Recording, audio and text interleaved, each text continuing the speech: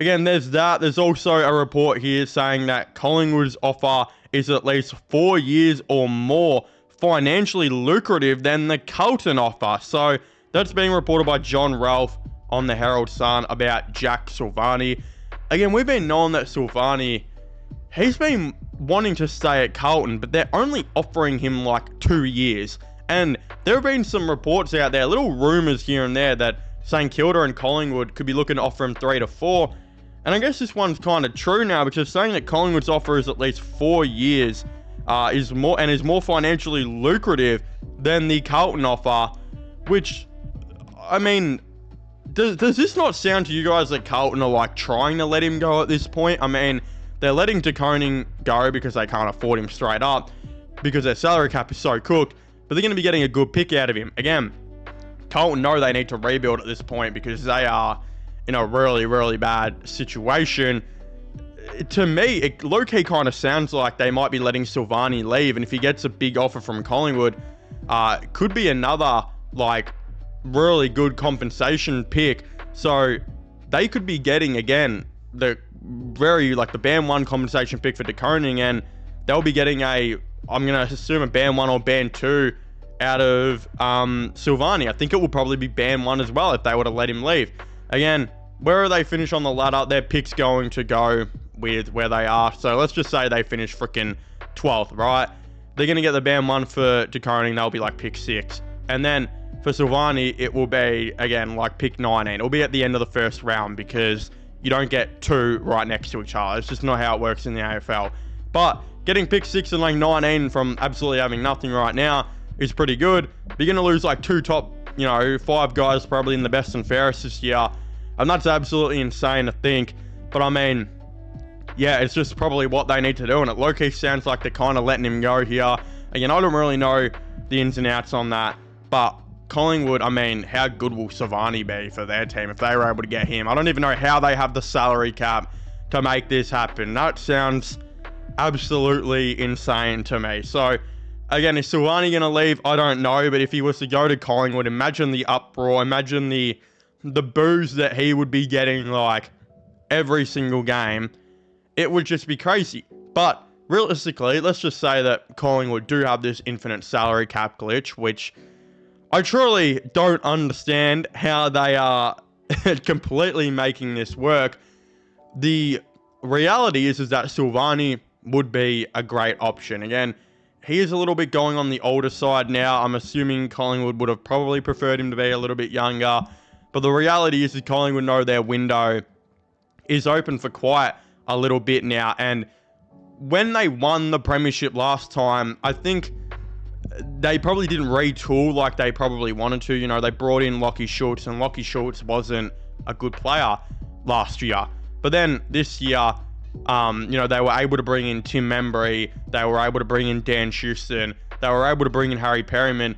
And you arguably brought in Lachie Schultz as well because he just came in as a much better player this season.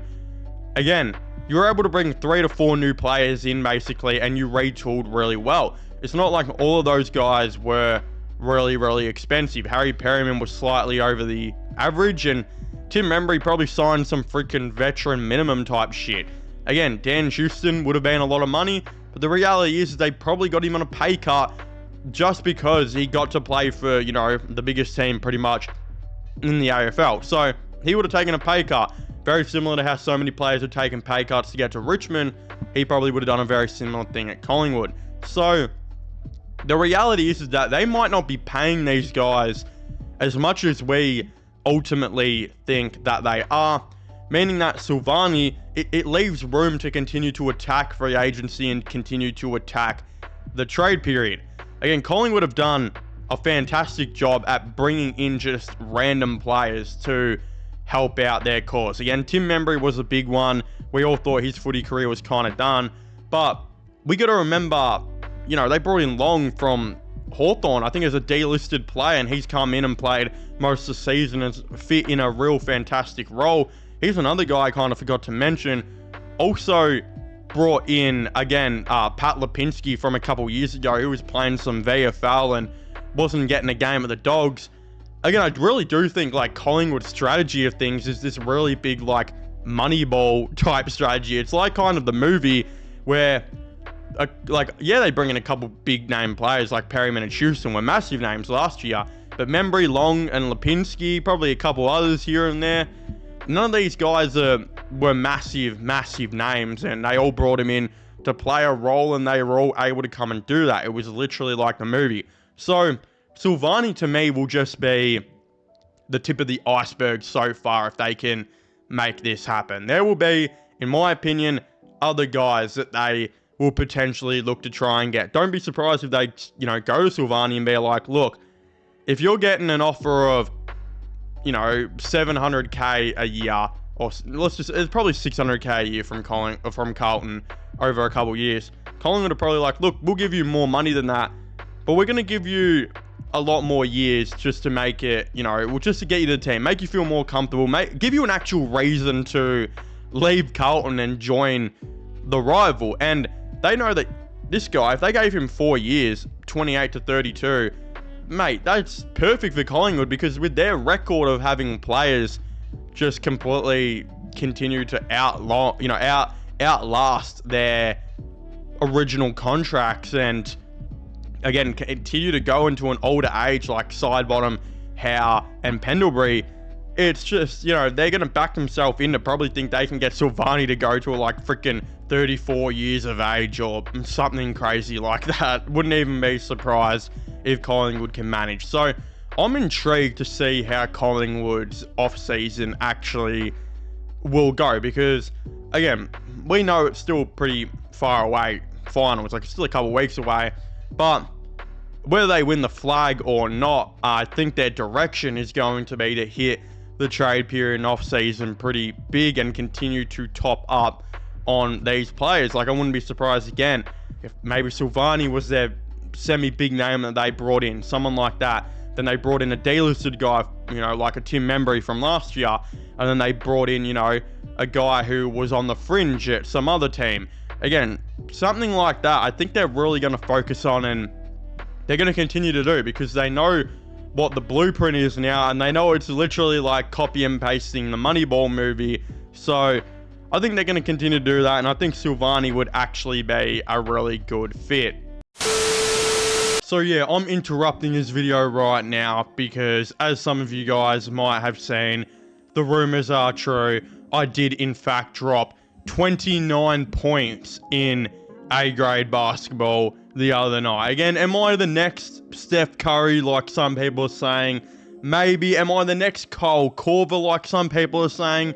Yeah, I'm literally him. I wouldn't be surprised, guys, if I abandon this YouTube channel over the next, year and just go on and make the NBA. Again, if you don't believe me and these pictures aren't proof enough of me holding a sign that says 29 points, there are freaking highlights of me doing this shit, which we're going to react to together. So without further ado, let's get straight into my 29-point game highlights. What the hell am I doing, bro?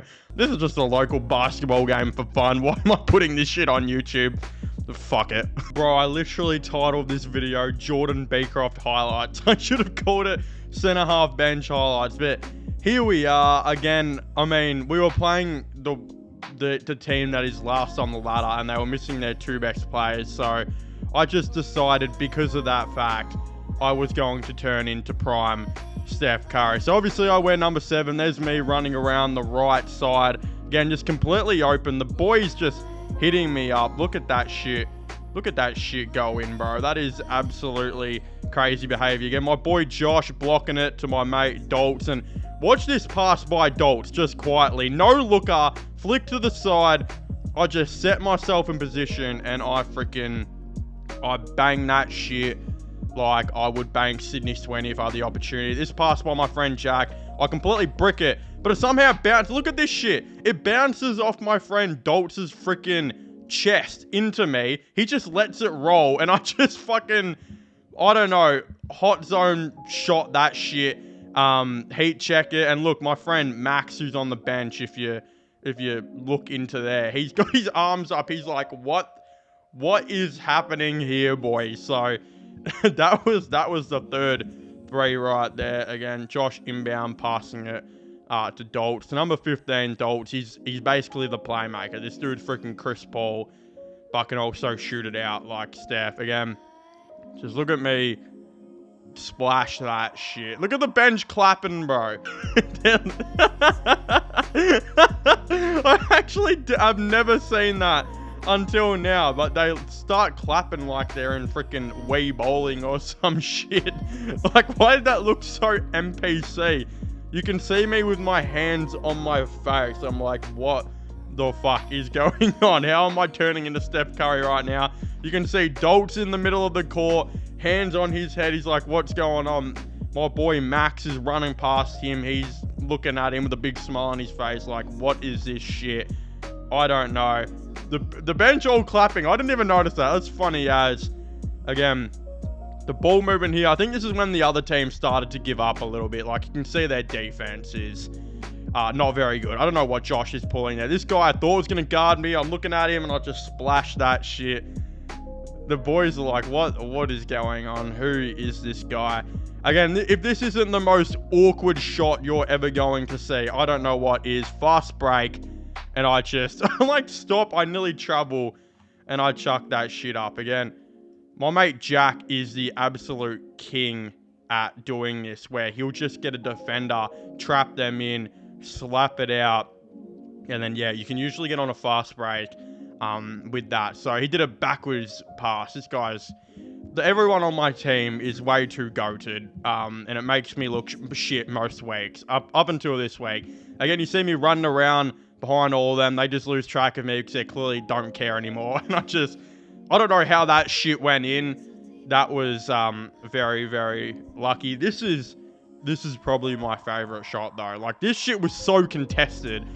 Like, he actually tried on that and I full splashed it in his face, which I don't think I've done that at all this season. I don't know how I ended up doing it. This is me and my mate Jack. We do this about once every game where we'll just somehow both be open. Again, he bricks the shit out of this, but we'll just be dickheads and we'll pass it back and forth because, you know, you take the shot. You're wearing 69, arguably the greatest number of all time.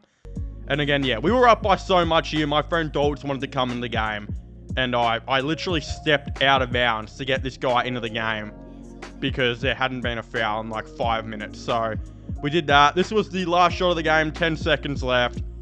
I just chucked that shit up and I don't know how it went in.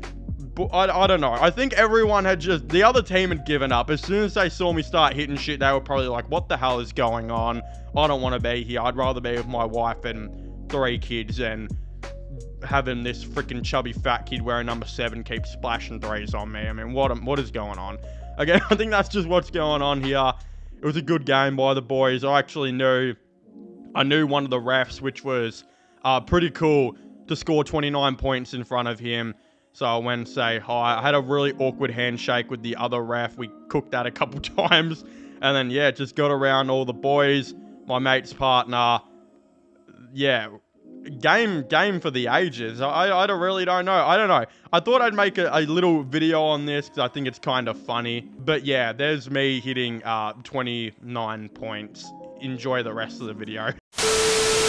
Again, I'd very much like to hear all your thoughts and opinions on this in the comment section down below. What do you guys think is going to happen with all these, you know, the AFL trades, all of the above? Who's going to get traded? What's their value going to be?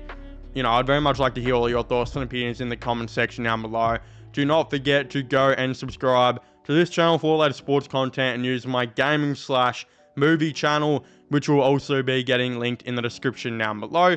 But yeah, as I was saying, please make sure to leave a like, subscribe, and I will be seeing you guys next time. Goodbye.